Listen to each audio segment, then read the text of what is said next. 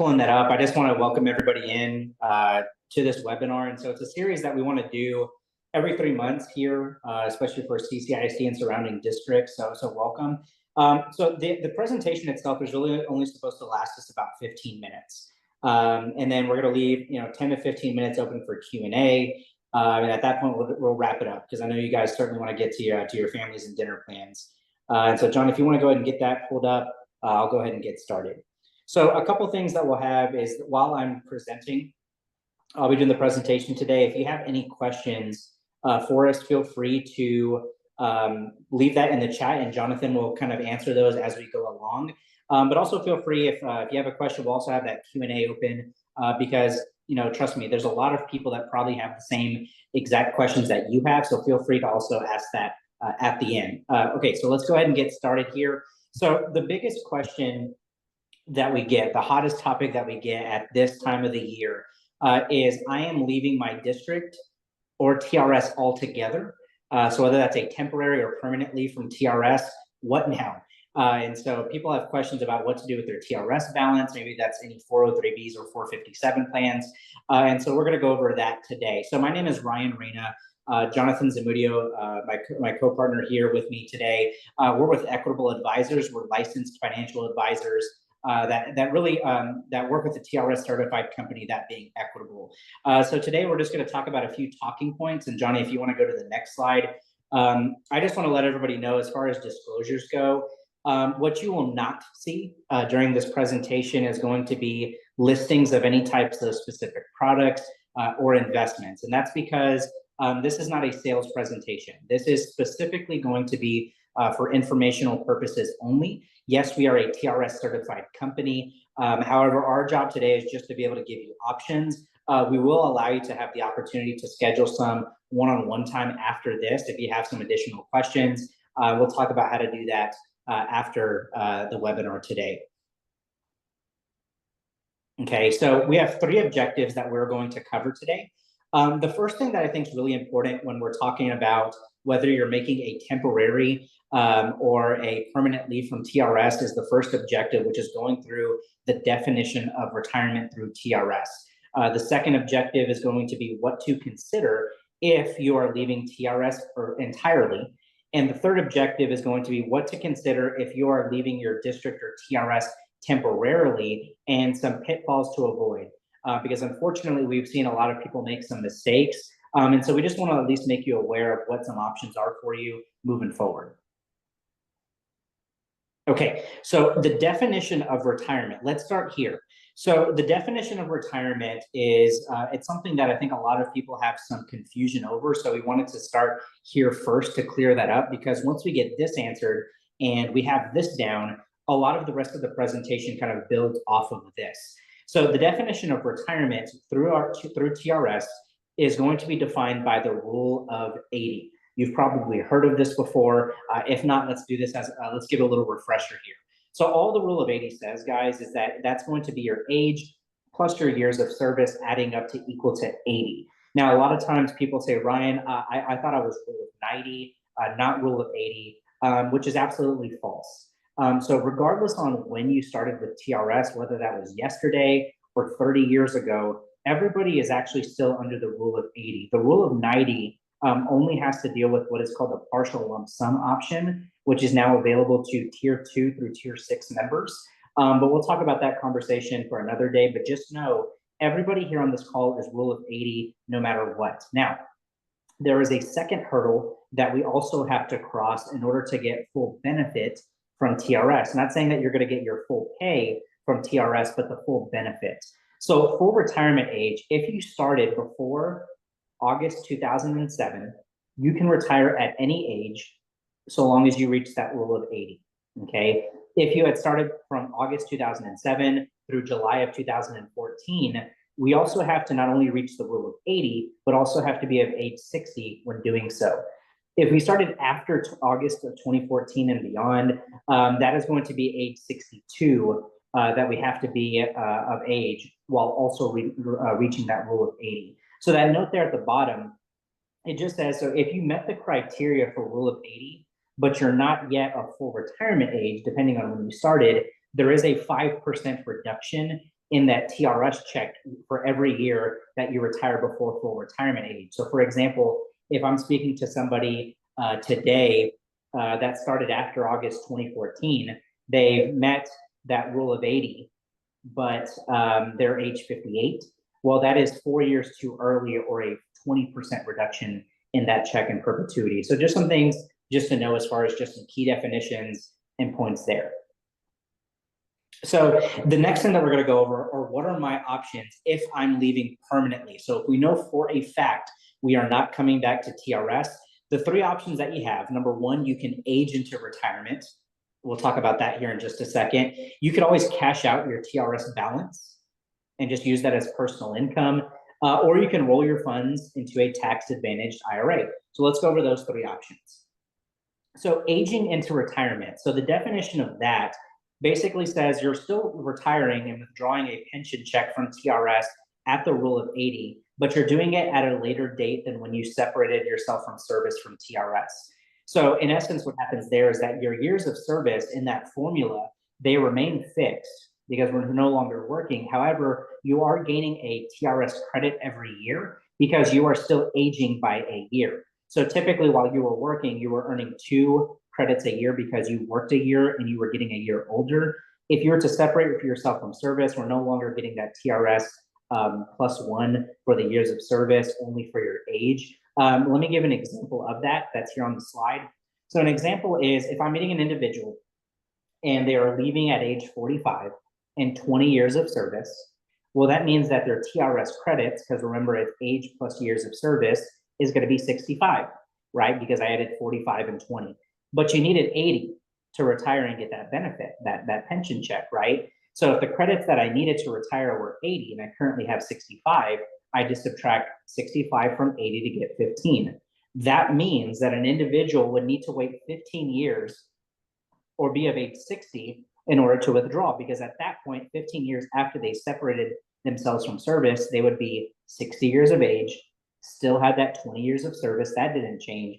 60 plus 20 is 80. You now reach that age, or that definition for retirement. You could cash out your TRS balance. That is another option that you have. So every year you get a statement from TRS. It's going to be that 1 page or 2 pages. It has that green and blue apple on the top, and it shows you what your TRS balance is. So what that TRS balance is made of is the following. So since the day that you started in TRS, you have contributed to that balance. And historically, it's been about 7%. Now, your district also had a matching contribution, which is also a part of that balance. But the thing to note there, and you can check this in your pay stub, is that TRS is a contribution that is made on a pre-tax basis, meaning that you have not been taxed on that money. Okay, so the reason why I mentioned that is because it could be a very expensive transaction to take that TRS balance that's on that page with the green and blue apple and use it for your own personal use. Because here's what we know about that. So those 3 dots that you see there at the bottom, number 1, the money is taxed because remember, it has not been taxed yet. It's taxed at ordinary income rates. So basically it's taxed as if you had made it at your job. So what happens is when you take out TRS early, there is a mandatory 20% withholdings from that TRS check off the top. Now, if you are also withdrawing it before the age of 59 and a half, which is by IRS law full retirement age, you are also having a 10% early withdrawal penalty on top.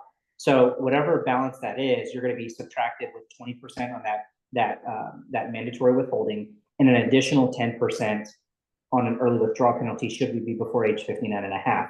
So 30% of that is just simply going to Uncle Sam right off the top. And one other thing to note is that if you cash out your TRS balance and you do end up going back to TRS in the future, your TRS years, because you took out your entire balance, your years of service go all the way back down to 0. Okay, now there are some buyback plans available. However, a couple of things to note there, guys, is that when you do buy back those years of service, if you were to come back and you don't want to start at 0 years of service, you have to buy back all of those years in full. We cannot partially buy back some of those years, and whatever balance you took out, it gets more and more expensive to buy back those years of service down the line. In short, what happens is when you take out that balance, it compounds at a rate of 8% a year the day that you start to take it out. So every year that you take it out, that if you're trying to chase that amount to buy it back, it only gets more difficult to do so. So I just wanted to note that. Okay, now one of the things that we typically advise, now it's not for everybody because everybody has a different situation, but rolling over the funds to a tax advantaged IRA could be for you. So IRA just stands for individual retirement account. Okay, typically those accounts are created when you leave an employer. But a couple of things that it gives you, IRAs, is that it gives you the ability to tax defer a lot of some of the gains and some of the contributions that you're able to make to these accounts that are typically used for retirement income when you're eligible to do so. So one of the things to note is that if you were to move this TRS balance, and again, it's pre-tax monies, right? And you were to move that money to an IRA, a couple of benefits that you could receive is number one, there is no tax penalty now for doing so. Remember last time when I talked about the 20% mandatory withholdings and the 10% early withdrawal penalty? Not the case anymore. You're able to move over that entire balance into a tax advantaged IRA and not have to pay any tax penalties or taxes on that transfer. You could also now get potential earlier access to those retirement accounts. So IRAs by IRS law do not have early withdrawal penalties so long as we are withdrawing after the age of 59 and a half, which if I go back to some other examples about aging into retirement, now you may have access to be able to get some of those monies earlier than have you chose that route. Now, if you rolled over those monies from TRS into an IRA, that third point that you see there, now you have control over the investment options yourself. Okay, so whether that be a different stock, bond, mutual fund, ETF, whatever that choice is, typically is going to give you more growth potential in that IRA versus just leaving it in TRS, because what we know about that balance in TRS, if we are no longer contributing to it, then that money is only growing at a fixed rate of 2%, very low rate of return on those monies. Also, too, in the case that you were ever to return back to TRS, if we thought we left permanently, but we found ourselves back within a TRS employer, then you can actually use those IRAs monies to give yourself a launch pad, so to speak, in paying back that TRS balance that you had originally cashed out, or you were going to cash out originally. Because you can use IRA funds or 403B or 457 funds for that matter to buy back years of service. So it just kind of gives you a little bit more flexibility and it gives you an out, so to speak, which is why more often than not we see that as a more reasonable move. Okay, so consolidation of current retirement accounts. So the thing is, whether it's a temporary leave or a permanent leave, one of the things that it typically makes sense to do is consolidating retirement accounts. So whether that be different 401ks from past positions, maybe that's you have a 403B and a 457 with your current district, it could make sense to consolidate all of those plans into your own personal IRA, whether you take out that TRS money or not when you leave. So a couple of things that it gives you the advantage of is number one, you no longer have to have TPA approval to release your funds. TPA stands for third party administrator. And in essence, they're like the referee between the investment institution and your current employer. So if you were to leave a district and you needed to have that money and you wanted to take distributions, well, as of right now, every time that we want to take a distribution, you would have to go through a TPA because you're employed.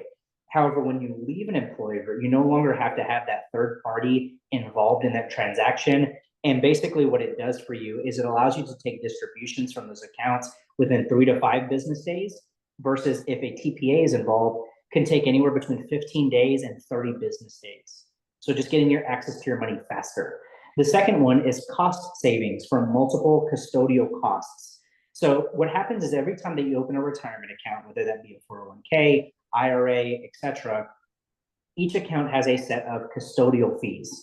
So custodial fees just give you access to a 1-800 number if you needed to talk to the company. It allows you to be able to get printed or online statements with your accounts, etc. So in essence, what it typically ends up being is only about $40 to $80 per account. But what ends up happening is, and we see this a lot when people are changing, whether it's districts or positions, and they kind of start collecting stuff, so to speak. Well, now they have about, 1 or 2 IRAs, maybe 3 different retirement accounts, and those $40 or $80 annually that are assessed against the account, they really can start to pile up really quickly.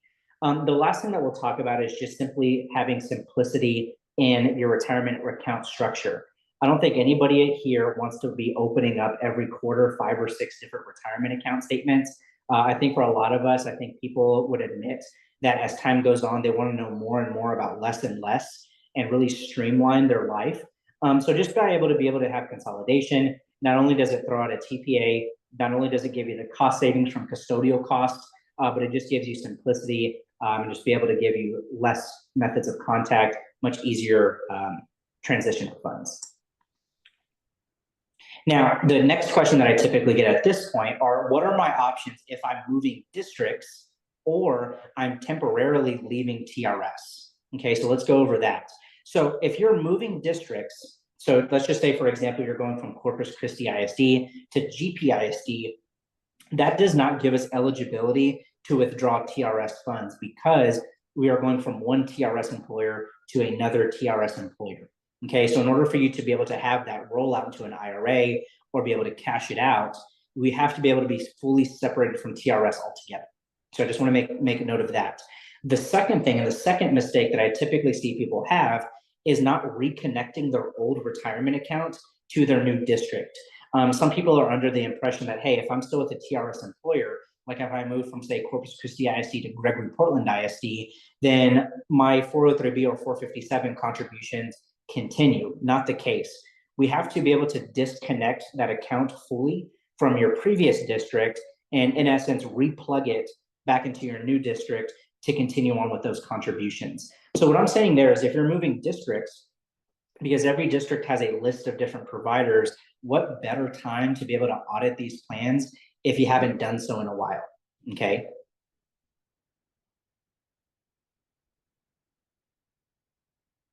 So what if I am just temporarily leaving TRS? So what if I think I'm just leaving for a year and then I'm coming back?